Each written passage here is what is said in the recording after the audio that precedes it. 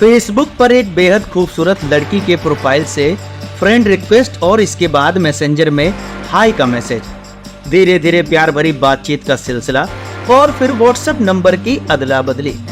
बस यही से शुरू होता था असली खेल, जिसमें बीवी व्हाट्सएप पर न्यूड होकर वीडियो कॉल करती थी और पति कैमरा लेकर उसका वीडियो बनाता था। ये कहानी है कानपुर में सेक्सटॉर्शन गैंग चलाने वाले एक ऐसे पति पत्नी की, जो अभी तक न जाने कितने लोगों को अपना शिकार बना चुके हैं। अपने गैंग में इन्होंने करीब आधा दर्जन लड़कियों को भी भर्ती कर रखा है। फिलहाल ये गैंग पुलिस की गिरफ्त में है और पूछताछ में सामने आई पति पत्नी की हकीकत हैरान कर देने वाली है। पुलिस के मुताबिक संध्या और इंद्रजीत पति पत्नी हैं। संध्या का कहना है कि इस धंधे में उसका पति ही उसे लेकर आया था।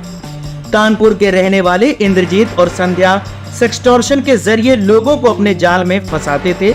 इनके गैंग में आधा दर्जन से ज्यादा लड़कियां, महिलाओं के अलावा 7 लोग और हैं। सभी के काम भी बटे हुए थे।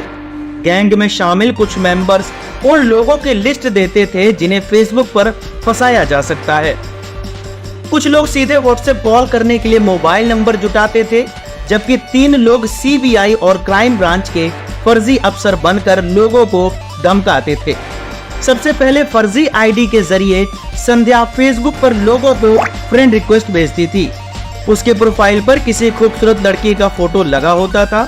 जैसे ही सामने वाला उसकी फ्रेंड रिक्वेस्ट एक्सेप्ट करता, संध्या तुरंत मैसेंजर में हाय लिखकर भेजती थी।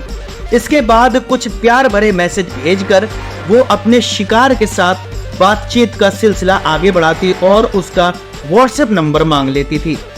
नंबर मिलते ही रात के वक्त संध्या अपने शिकार को वीडियो कॉल करती और बातों ही बातों में उसके सामने न्यूड हो जाती।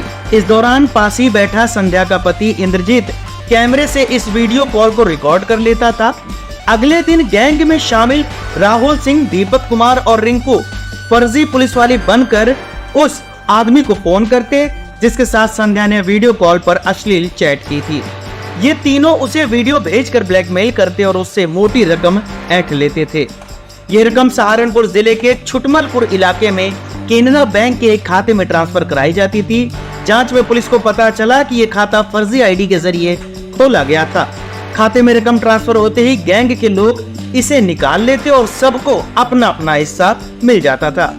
वही पुलिस के मुताबिक गैंग में शामिल दशरथ और अनुज का काम ऐसे मोबाइल नंबर जमा करना था जिनके फंसने की ज्यादा गुंजाइश होती थी। इस गैंग में आधा दर्जन से ज्यादा लड़कियां थी और उनका काम भी यही था। जांच में पता चला है कि इन लड़कियों ने अधेड़ उम्र के कई लोगों को अपना शिकार बनाया हुआ था, जिनसे ये इमोशनल ब्लैकमेलिंग के जरिए रुपए ऐंठती थी।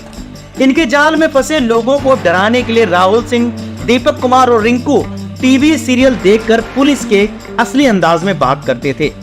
सेक्सटॉर्शन के अलावा इस गैंग ने सरकारी योजनाओं के नाम पर भी कई लोगों को अपना शिकार बनाया है। तो इस पूरी खबर से आपको इतना जरूर ध्यान देना है कि फेसबुक पर कभी अनजान लोगों की प्रोफाइल को एक्सेप्ट नहीं करना है और साथ ही बिना जाने किसी भी व्हाट्सएप कॉल को जवाब ना दें, क्योंकि इसका खामियाजा बहुत बुरा हो सकता है।